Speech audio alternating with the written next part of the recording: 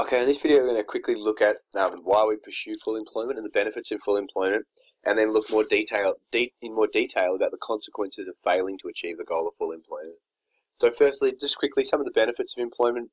Basically it means, as you know, that it increases taxation revenue and reduces welfare, so it's good for the budget. It means that resources are being fully utilised, so there's no waste in production, and we're maximising our productive capacity. It boosts self-esteem and social cohesion. It helps to achieve the goal of equity in income distribution, so it helps bring up sort of the lowest 20% of income earners, and therefore help to achieve equity. And it's also good for reducing crime rates and reducing homelessness.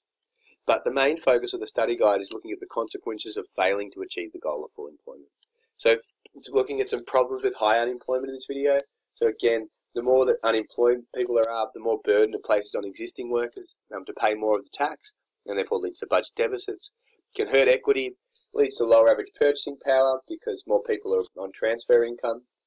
It's less efficient, there's more idle resources, and that slows economic growth, and it can also have issues for our non-material living standards. So starting off with the impact on individuals. Okay, the impact on individuals is that unemployment can also often lead to lower self-esteem. It can lead to psychological problems associated with being distanced from society. So being at home, not having sort of a role on a day-to-day basis can lead to a decrease in material living standards. As that's non-material, it can also have negative implications for material living standards. So those that are unemployed have a reduction in their purchasing power. They're often dependent on other people. That reduces their ability to provide or to access goods and services. Also leads to a cycle of long-term unemployment as well. In terms of national production levels, high unemployment represents an inefficient use of our productive capacity. So it's important to recognise that when unemployment is high, it means we're within our productive capacity and resources are underutilised. High unemployment creates cyclical unemployment because what happens essentially is the more people that are unemployed, the less demand there is in the economy, and that sort of flows through to increased unemployment again. And as we said, it can also lead to social problems, including crime rates, domestic violence, and health problems. In terms of the specific social costs of unemployment, so we're talking about things like increased crime, increased domestic violence, health-related problems, which all reduce non-material living standards. When unemployment goes up, there's generally an increase in psychological harm and general ill health issues due to unemployment. And that partly comes from inability to access medication as well, but also from the emotional and mental effects of not being able to find a job. It also leads to less government revenue, so you can also link that to living standards because the government's got less money to provide essential services, which they can use to promote equity, promote social cohesion, and improve non-material living standards. So to summarise, impact of unemployment on living standards. From a material perspective, people that are unemployed earn less than half than the average employed person. So the person on the minimum wage earns $672 per week, but those on New Start allowance earn less than $300 per week. So it often obviously leads to a reduction in their material living standards and their purchasing power. From a non-material living standards point of view, they have to face the stigma of being unemployed. It also leads to a lack of connectedness with society and lower self-esteem. Often people that are unemployed for a long period of time can see their skills being reduced or becoming redundant, and that makes it difficult for them to find work in the long term. So those that are unemployed for a long period of time can often find themselves less productive when they come back to the workforce, or that they have skills that are no longer in demand. From a taxation revenue point of view, higher unemployment means a smaller pool of workers paying income taxes, which increases the tax burden on the existing workforce. It can also lead to less spending, so less indirect tax. So if you're doing a question on how it impacts the budget, we'll be focusing not only on income tax going down, but also indirect taxes in the form of excise taxes and GST also going down.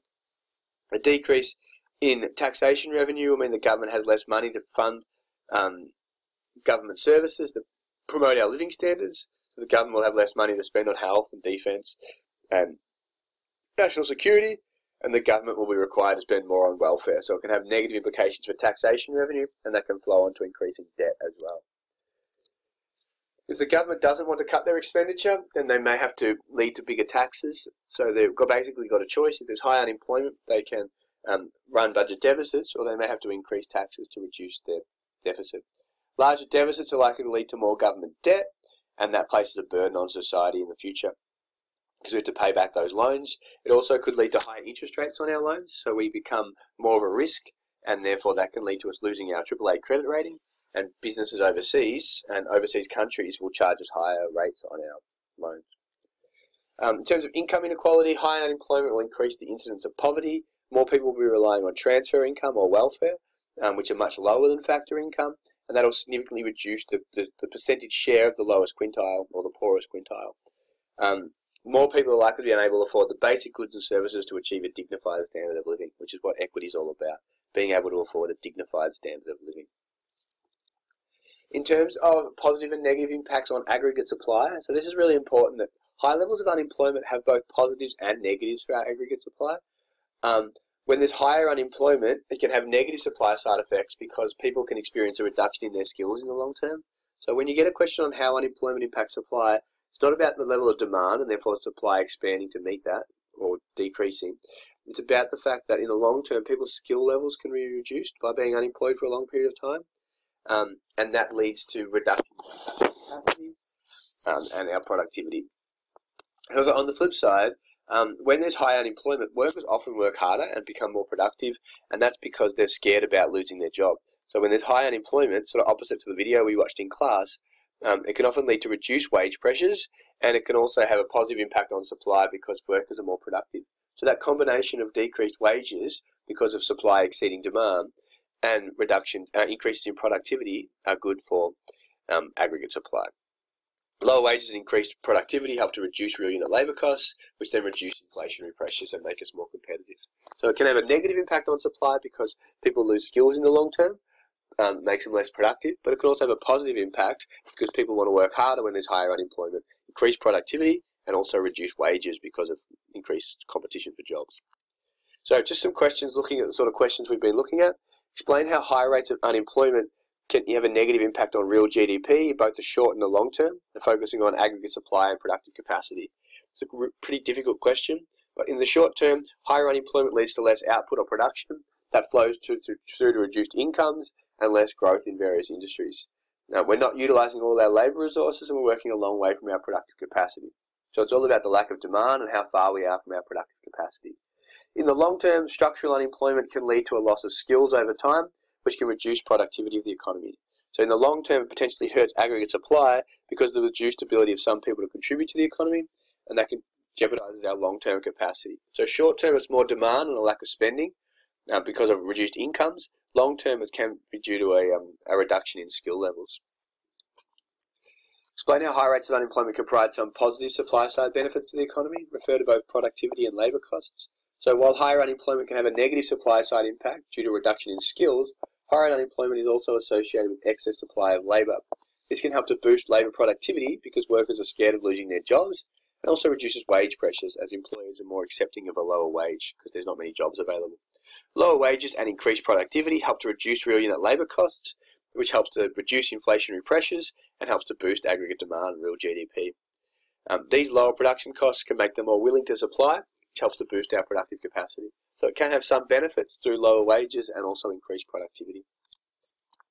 Explain how high rates of unemployment are likely to reduce taxation revenue and have negative implications for living standards. So you want to be making links to taxation revenue, to living standards, and in your answer refer to the budget deficit and the implications of high rates of government debt. Okay, so there's a lot in this question. So starting off with taxation revenue, higher unemployment means a smaller pool of workers are paying income taxes, which increases the burden on the existing population. So less income tax is your first point. Secondly, increased unemployment leads to less spending, and that reduces GST. So less income tax, less GST. The decrease in taxation revenue will mean the government has less money to fund the provision of government services that help to promote our living standards, like health, defence, and national security. So that can all lead to a reduction in living standards. So you've taken the first two out already. Taxation revenue goes down because of lower income tax. Taxation revenue goes down because of lower GST. That provides less revenue for the government, which then they don't have enough to spend on government services, health, defence, national security. Now we start focusing on the second part of the question about budget deficits and government debt. The government will also be required to spend more on welfare and income support. If the government doesn't want to cut their expenditure, they may have to increase taxes. And then in the long term, larger deficits could hurt our living standards because they result in more government debt. So basically, if the government runs a budget deficit, they have to borrow. That increases government debt. This could mean they have to pay more interest on the debt, higher interest rates, and that'll leave the government with less money to provide other goods and services. So increased budget deficits, our debt goes up, the government's forced to pay higher interest rates, that leaves them with less money to provide other essential goods and services, and also hurts our credit rating. Explain why high rates of unemployment can increase income inequality and poverty. High unemployment rates will increase income inequality and poverty. That's probably not needed. More people will be relying on welfare or transfer income instead of factor incomes, which are much lowest. That will increase the gap between the lowest and highest income earners, and the poorest quintile will be earning a smaller percentage of total income. More people are likely to be unable to afford the goods and services to achieve a dignified standard of living. So the key things you want to focus on there is more people on transfer income, a bigger gap between the rich and the poor, and less people being able to afford a dignified standard of living. They're your three things there. Okay. 1, more people relying on transfer income, reducing their purchasing power, reducing the share of the lowest 20%, and less people affording a dignified standard of living, and a bigger gap between the rich and the poor. Explain the negative impacts high rates of unemployment can have on both material and non-material living standards. Starting with material, unemployed people earn less than half the income of employed citizens, which reduces their capacity to purchase goods and services. This is enough. An unemployed citizen on New Start allowance receives around $264 as opposed to $672 on the minimum wage. So higher unemployment therefore leads to reduced material living standards and diminishes their economic prosperity and welfare, or their purchasing power. You don't have to quote the exact figures, but make it clear they're on less than half, and that reduces their purchasing power. From a non-material living standards point of view, it can also hurt their quality of life. They face the stigma of being unemployed, as well as the non-financial benefits associated with having a job, like connectedness to the society, self-esteem or self-worth. In the long term, when more people are unemployed, they're likely to lose their skills, which makes it more difficult to find a job. That can lead to psychological problems associated with being distanced from society, increased crime, domestic violence, health-related problems, which all hurt non-material living standards. The reduction in government revenue can also make it harder to provide essential services, which hurts our non-material living standards as well. So to summarise, material living standards, lower factor incomes, less than half the average income, less ability to afford goods and services. Non-material living standards, lack of connectedness with society, less self-worth, can lead to depression. It can also lead to crime rates increasing, health-related problems, and less government revenue to provide essential services. Thank you.